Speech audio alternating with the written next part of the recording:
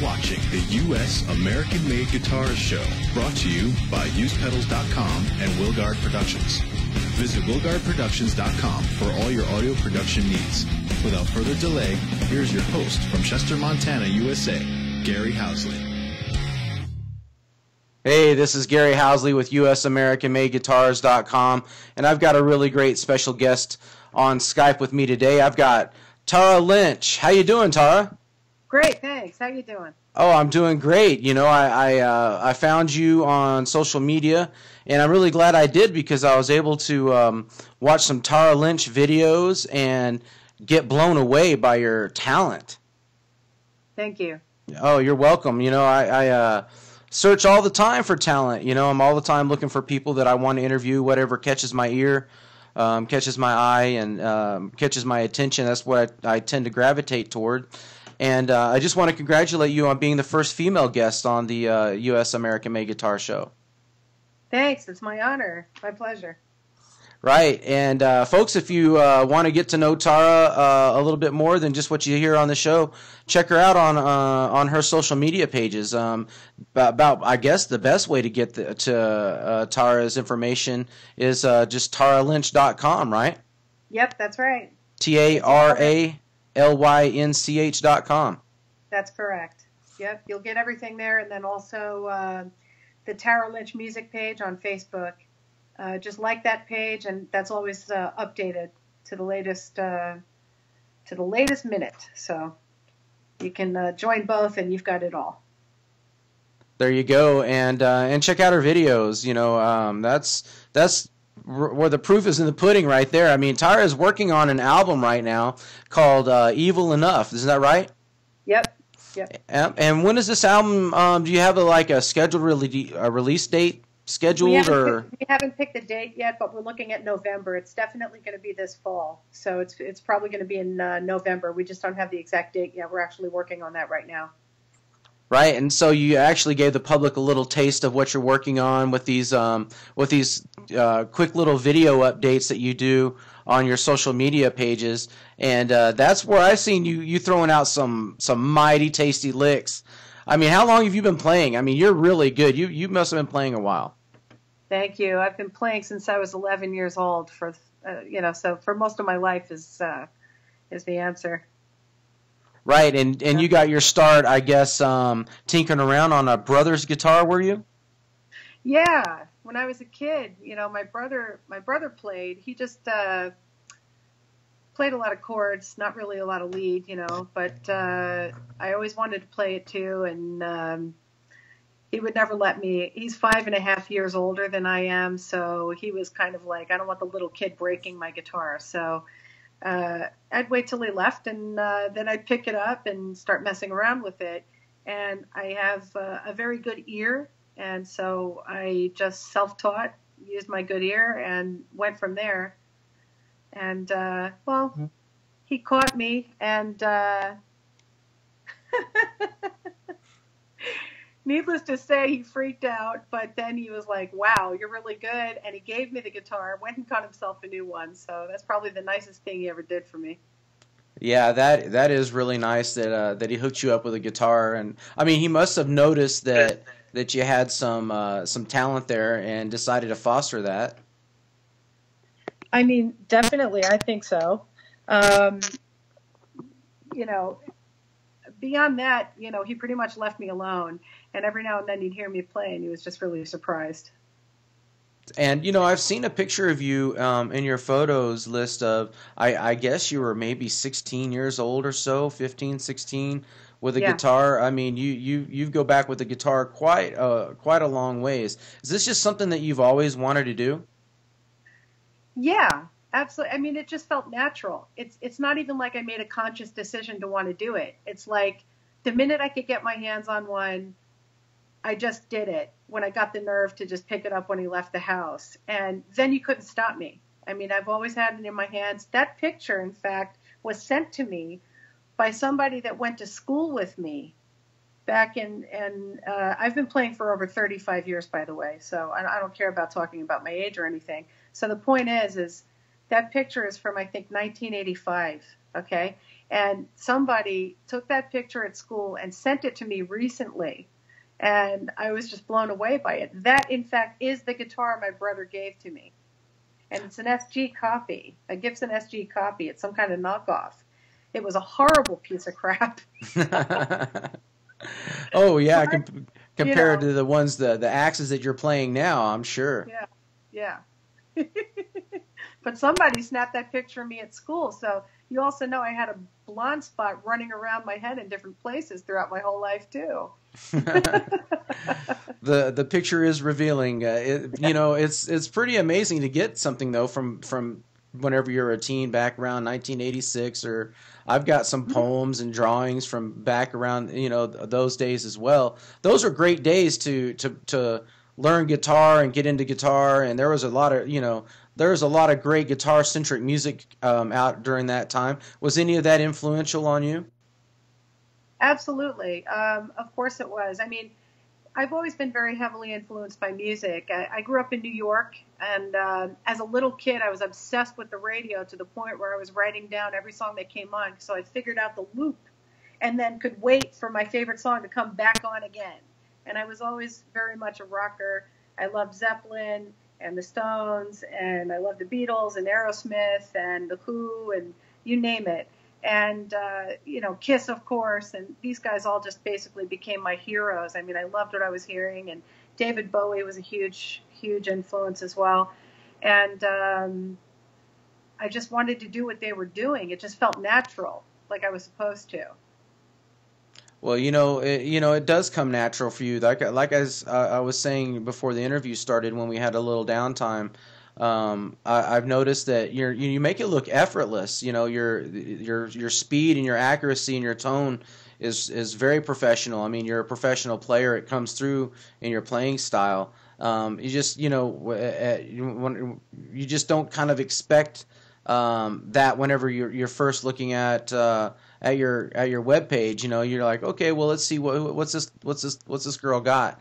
And boy, then whenever you finally do see the proof in the pudding, then you're like, oh well, okay, there she's definitely got the it factor. I mean, you got an ear and you've got a talent that's unmistakable. I mean, you're definitely an awesome guitar player.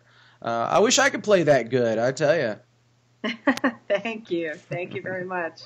Well, it's not effortless. I mean, like anything, it takes a lot of hard work and practice and self-discipline, and then of course a natural ability. Those things combined, you pretty much can't go wrong. Yeah, pretty much can't, and and it helps whenever you have good equipment and good gear. And part of what I do is I'm a person that puts out a big push for American-made gear. And one thing I really appreciate about you, Tara, is that you surround yourself with great gear and great musicians and great producers and just great people all in general. And I'm glad that you took the time today just to talk about a few of these axes that you're using on your current album that you're working on. Yeah. So without further ado, I'd like to jump into a couple of these guitars. Now, this is a picture that I'm putting up of you in your foyer. It's really, really interesting, the way that you have your guitars set up and the lighting. But you're sitting in a chair, and you've got in your hands a beautiful blue Les Paul style guitar, and then you've got a Super Strat in the other. Can you tell me about these guitars? Do you know which photo I'm talking about? Yeah, I do. I know the photo, and I definitely know which guitars you're talking about. So the blue one I'll start with, that is Vigier, Vigier, I think is how they spell it. And they're actually handmade boutique guitars. They're from France, and they're gorgeous. And this particular model, has a Les Paul style body. But what really blows me away about this particular brand of guitars are the necks. It's all about the neck for me. And the reason is, it's got, most guitars have something called a truss rod in the neck, and you always need to adjust it because they're made of wood and they can bend and warp with the weather and such, So What's interesting is these Vigier guitars have a carbon fiber truss. You never need to tweak the neck.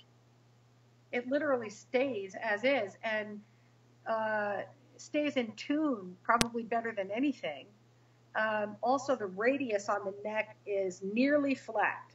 It's so flat it almost looks concave when you're playing it. It's bizarre.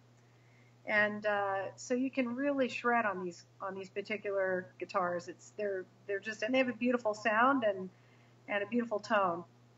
So are both these guitars from the same French company? No. So the other guitar that I have in that picture is, you know what? Let me pull up the picture and make sure I know exactly which guitar you're talking about, because I am definitely want to make sure I've got the right one in mind here. So I think the other one is probably the Dean Burst. That's kind of what it looks like to me. Okay. So that one is a very interesting piece, in fact, and it is the Dean Burst. And that guitar used to belong to Vinnie Moore, who's one of my absolute all-time guitar heroes and also a very good personal friend. And he toured with that guitar extensively. In fact, just Google him on the internet and you'll see him pictured with it like all over the place. And that guitar has an amazing, amazing sound and playability. It's just very, very, very smooth and buttery, and it's got really good kick. So I use it for a lot of rhythms and a lot of rhythm riffs. Nice. And so you're using the now this is a Dean that used to belong to Vinnie Moore. Yes. Right. Yeah, now we're talking about Vinnie Moore of UFO fame, and that's correct. Vinnie right. Moore, his own solo career and UFO fame. Yes. Right. With Alice Cooper years before that, and yeah, that Vinnie Moore. And this is customized. This is a one-off. This particular piece. It's the only one. So I'm very honored to have it in my possession and use it on my record. And you'll hear just how good it sounds on every track. That's amazing. You know, I do believe Vinnie Moore has a signature series, and that he's played USA Deans. So I know that particular guitar is a USA Dean. I do believe, right? Yeah. Yeah. So that's a very special guitar, like you said. And you can't. I actually have seen photographs of him with that guitar, so that is very special that you have that. You're very fortunate. Oh yeah, definitely. Yeah, and you have other. I don't have all the pictures of all the guitars that you have, but I just want to make mention that you have. I mean, correct me if I'm wrong. I think it's I want to say a 57 or 58, somewhere around there, bass that Yngwie Malmsteen. Was Yngwie Malmsteen's, and I believe you're using that on your album, right? Yeah, that's a 50s telebass and Fender, telebass, and yes, that belonged to Yngwie Malmsteen. I got it from him, and he used it, I want to say, on the Seventh Sign record, and yeah, you'll hear it on mine. And it's on your record too. So I mean that's amazing, and I do talk about other guitars other than American made. Anytime I'm talking to an artist, they use like different guitars. It's like paintbrushes to a painter, and so I'm always open to talking about all the guitars that are in the painter's arsenal, so to speak.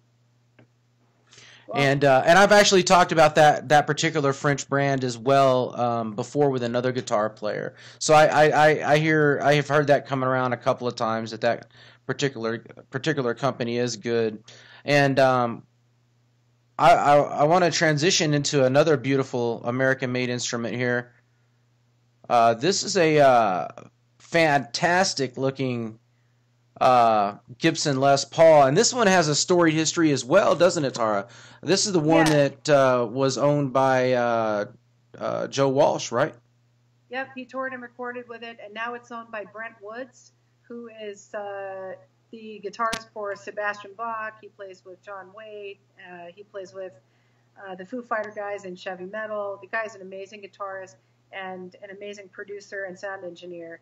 And so he's loaning me that piece to use on the record for rhythms as well. It's got such an incredibly beautiful tone. And let me tell you, that guitar is so special.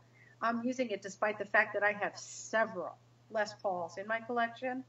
None of them sound like this one. None of them sound or play like this one. So when I picked it up and played it at his place, I said, holy crap, can I use this? So that actually does belong to Brent. It's a beautiful piece, and he's very lucky to have it. And someday, maybe I can steal it from him. Add it to the ever-growing Tara Lynch collection of guitars. Yeah, I love your collection. I mean, you've got a really good eye and a good ear for tone. So I'm not surprised to see these quality guitars. But what was surprising was, and I want to go back to the foyer picture here real quick, and we were talking about the Gibson, but you actually came up with the idea of displaying your guitars this way, didn't you? I did, actually, yeah. I finally got around to remodeling my home, and so I designed every single aspect of it, including the floor and every piece of rock you see in that wall. I was kind of like the Wicked Witch of the West with my contractors and making sure everything was perfect, But I literally, what's interesting is if you take everything off the wall there, you will actually see my drawings and measurements. I literally had them panel the wall up with wood. I took a pencil and I drew the architectural design, including measurements, for all of those boxes, exactly where they're placed, all over that piece of wood. I have a picture of that somewhere in my collection, and then they built it exactly according to my specs. And so that foyer is actually more of an octagon, I guess. And so it just goes around and around, and all the walls are wrapped around in it. So it's kind of awesome when you walk into my house. It's kind of mind-blowing. That is mind-blowing, and you've got a studio that's connected to your house, right? A recording studio? Yes. And that's where you're primarily doing, is that where you're primarily doing all your recording? You know what? I do all of my scratch recordings, all of my demos here. It's not a full-blown recording studio for an album, okay? It's fine for demos and scratch tracks, but as far as recording the album is concerned, I'm recording it at two places, Brent Wood's studio and the Steakhouse Studios. So I'm doing it all on Neve systems, which is, those consoles are phenomenal. And the ambience, the sound over at the Steakhouse is, just top. It's top. It's great. There's some really cool pictures of you doing your recordings over there at these studios. I encourage people to go check out your website. Again, that's TaraLynch.com, and check out her really cool photographs that she has with her and the great guest musicians that she has on this album. It's an amazing list of people. And let's just mention some people right now. Let's throw some names down of some people that you're working with on your album. Okay. So there are 10 tracks on the record, and 8 out of 10 tracks, you've got Vinny Appice on the drums. Vinny was the drummer for Dio for the entire Dio career, and Black Sabbath when Dio was in Black Sabbath, and Heaven and Hell.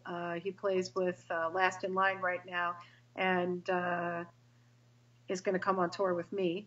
And the other 2 tracks, you've got Glenn Sobel, who plays with Alice Cooper. He's played with Paul Gilbert. He's played with my good friend Tony McAlpine, Uli Roth, et cetera, et cetera. The list goes on. The guy is phenomenal. A real shredder on the drums. Then you've got Bjorn England on bass. You've got Phil Soussan on bass. You've got Tony McAlpine on keyboards. And all I can say about that is, wow, I feel really, truly, truly blessed. No kidding. Tony came in. I mean, everybody primarily knows him as a guitarist, but he is equally as good on keys as he is on guitar, and you pretty much can't get better on either. So it's just, amazing to me that one of the greatest musicians that's ever walked this earth is a personal friend, and I was able to say, hey, can you come and play on my record? And he was absolutely thrilled to do it, and we had a really good time. Oh, it sounds like you're having a good time. I mean, Yeah. how far in the process are you? Oh, we're pretty much wrapping up just the ends of it now. There's just a couple of songs left, and that we're actually redoing from an old production that I want to make sound cohesive with the rest of the record, and that's it. It's going to be all wrapped up with a bow and ready for release in November. And the other guests on my record that I haven't mentioned yet, and I want to make sure I mention everybody. You also have Mark Bowles, who gives me his amazing vocals on 2 tracks. That would be on Trustless and Evil Enough. Those 2 tracks, the title track and Trustless, which is on a single out there right now. You can hear him. You can download it on iTunes, Amazon, everywhere music can be downloaded. And you can hear it on my website as well, and Spotify. And then you've got Derek Sherinian on keys on 1 track, which is called Feckless Lock, and his solo just is mind-blowing, of course. He's a very talented guy. Derek, yeah, I was gonna make sure you mentioned him. Definitely, he's a big EVH fan. Oh yeah, he is. He loves Eddie. Yeah, he does. And so I'm looking at this beautiful Gibson in your arms here, in the studio. It's just an amazing photograph, and I love the green shirt, by the way. That's right up my alley. Thank you. Yeah, that right there rocks. That's funny. Every time I throw that shirt on, everybody's like, wow, I love this shirt. And it's so funny because my husband got it. It's actually his. It was a gift for, I think, maybe a holiday from his sister and brother-in-law. And I kind of took it over. We share it. Well, he's got good taste. No, I don't blame you for taking over that one. That fits your matches your hair perfect. Thank you. That's what I thought. Yeah. That's why I was like, I'm going to use this shirt. Yeah, and transitioning here to the next guitar. This guitar is an amazing guitar. I did some research on the silhouette, and this is an Ernie Ball silhouette. You've got a special story behind this guitar. Could you tell us about that? Sure. That is an Ernie Ball silhouette special, and it's been customized, and that one also used to belong to Vinnie Moore, and he used that on the majority of his solo albums. Has toured with it. Again, you'll find tons of photos with him with that piece. It's an incredible piece. It is my main instrument for all of my leads. Every lead is on that guitar. That tone, it comes out of that piece. And, of course, my fingers. Fingers have a great deal to do with tone, by the way. Yeah, they do. Huge. So 2 people can play the same instrument and it'll sound completely different. So anyway, that piece is incredible. I love the feel. I'm a small person. I'm only 5'3" and change. So for me, it's the perfect size. The scale of the neck, everything about it is just very ergonomically correct, so to speak, for me. I like it a lot. And it can't sound better, for leads. It's just perfect. And I like to put that piece through a diesel amplifier for my leads as well. Diesel's got a really full, round, bold sound, but with like a little bit of a metal edge to it, but not too metal. It's not like a cheesy or tinny.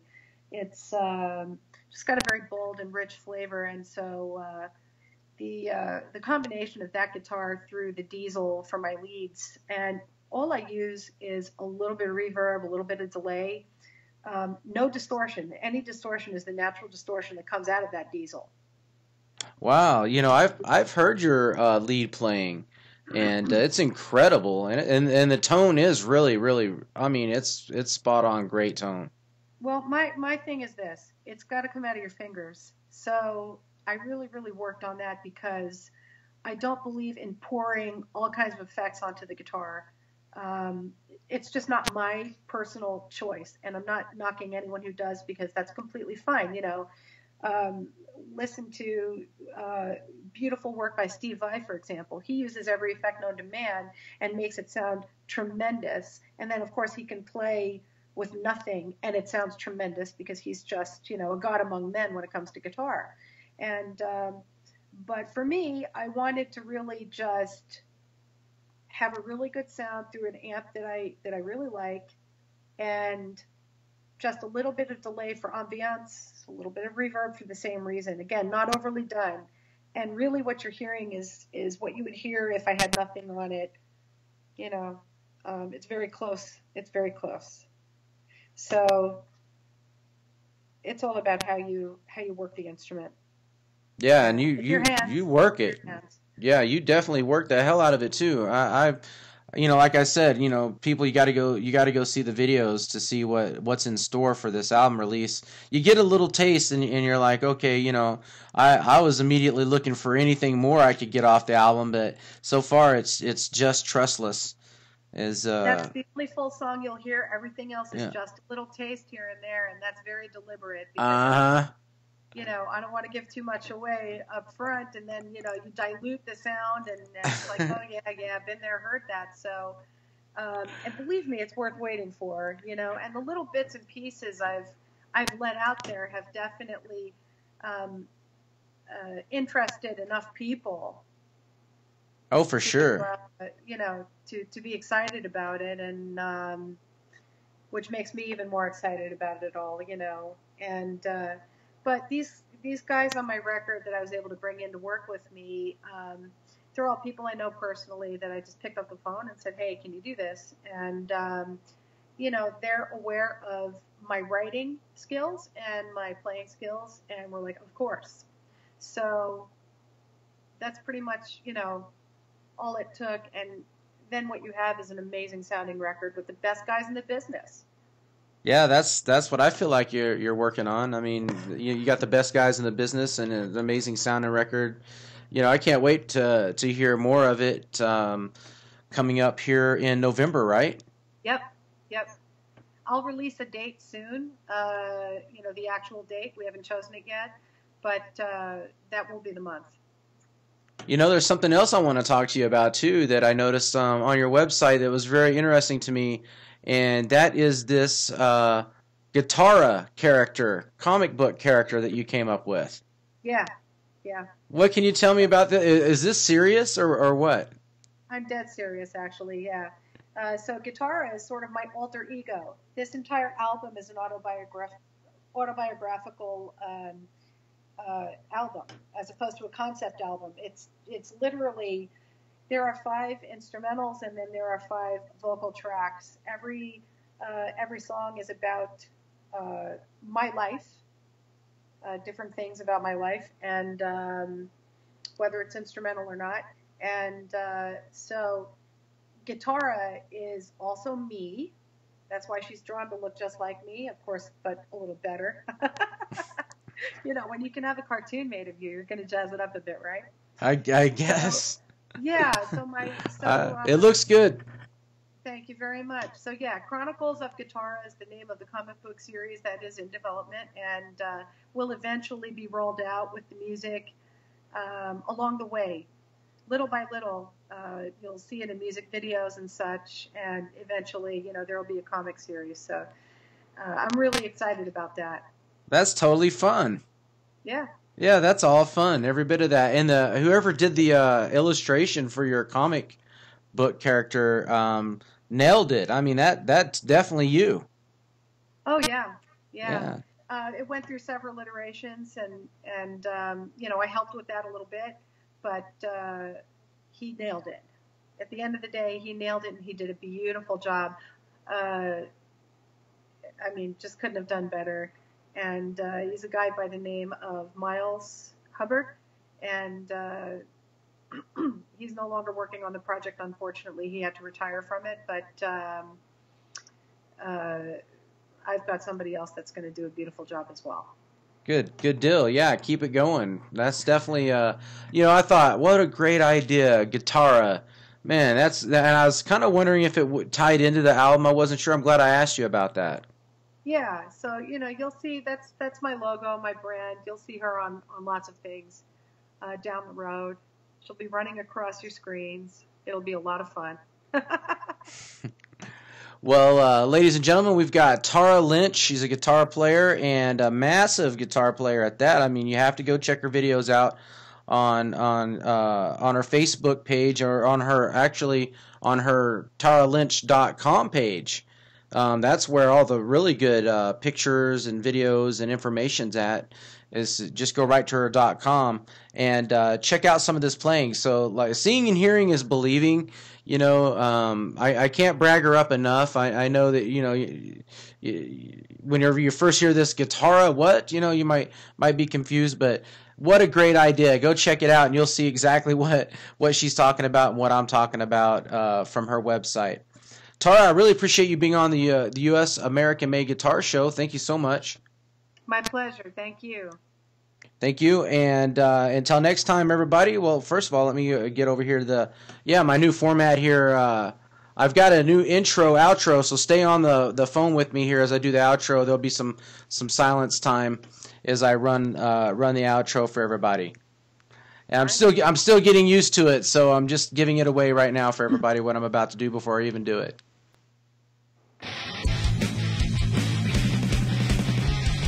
Video production for the U.S. American Made Guitar Show by Gary Housley. USAmericanMadeGuitars.com. Audio production by Wilgard Productions. Visit WilgardProductions.com for all your audio production needs.